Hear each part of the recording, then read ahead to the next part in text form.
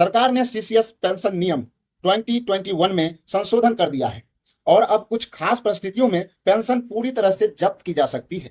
पूरा मामला क्या है, कौन लोग होंगे इससे प्रभावित, क्यों किया गया यह बदलाव, चलिए शुरू से समझते हैं। सबसे पहले समझते हैं कि बदलाव क्या है। 22 मई 2025 को पेंशन एवं पेंशनभोगी कल्याण विभाग DOPPW ने एक अधिसूचना जारी की।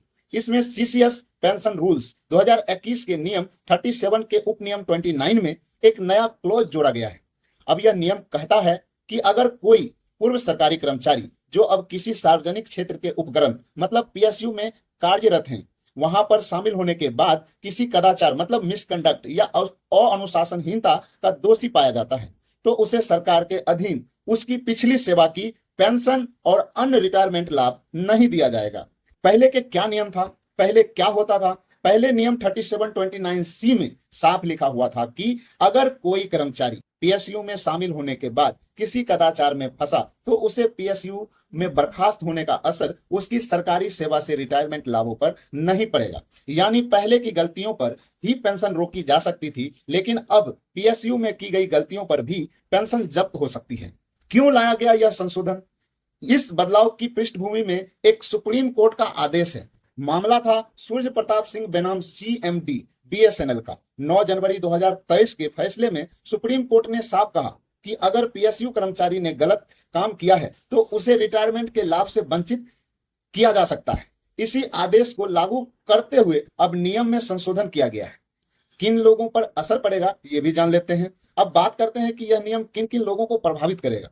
वो सरकारी कर्मचारी जो बाद में किसी PSU में शामिल हुए हैं, जिन्हें PSU में शामिल होने के बाद किसी मिसकंडक्ट का दोषी पाया गया हो, जिन्हें PSU से बर्खास्त किया या हटाया गया हो। और ध्यान रहे, PSU से बर्खास्त का निर्णय उस मंत्रालय के समीक्षा के अधीन होगा जो उस PSU का प्रशासनिक नियंत्रण रखता है। यानी सरकार यह देखेगी कि बर्खास्त की वजह थी या नहीं। नियम 37A और नियम 37B के संदर्भ में क्या है? यह नियम जुड़ा है 37A और 37B से, जो बताता है कि अगर कोई सरकारी विभाग PSU या केंद्र के अंदर में बदलाव होता है, अगर कोई सरकारी विभाग प्राइवेट सेक्टर बन जाता है, तो वहां काम करने वाले सरकारी कर्मचारी उसी संस्थान में सामूहिक रूप से ट्रांसफर हो जाते हैं।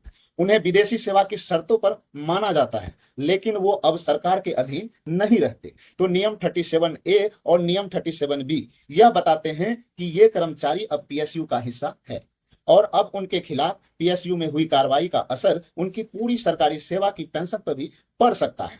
इस संशोधन से साफ है कि अब सरकार सरकारी नौकरी PSU सेवा को एक यूनिट की तरह ट्रीट कर रही है।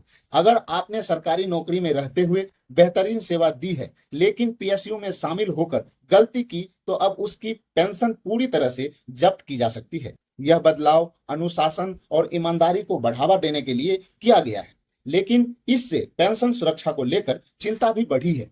अगर आप PSU में काम कर रहे हैं या किसी को जानते हैं जो इस बदलाव से प्रभावित हो सकते हैं, तो यह वीडियो जरूर शेयर करें।